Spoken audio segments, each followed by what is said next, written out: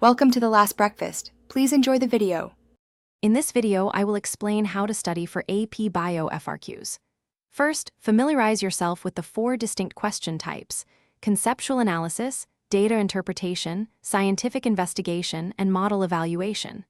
Next, practice dissecting prompts to pinpoint essential verbs like describe, explain, or justify, and identify the core biological concepts being tested. Finally, establish a clear, consistent method for organizing your responses to ensure all parts of the question are addressed thoroughly and logically. When tackling a prompt, break it into smaller, more manageable sections. This helps ensure you address every component.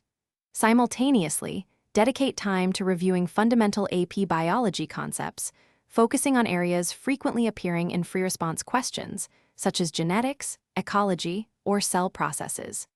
Practice connecting various biological principles, demonstrating a holistic understanding rather than isolated facts, which is crucial for higher scores. Consistent practice is key. Write complete free response answers under timed conditions, simulating the actual exam environment. After writing, use the official scoring guidelines to critically evaluate your own responses and those of your peers. This helps you understand what graders look for. Actively seek constructive feedback from your teacher or study partners to pinpoint specific areas where your explanations or scientific reasoning could be strengthened. On exam day, effective time management is crucial.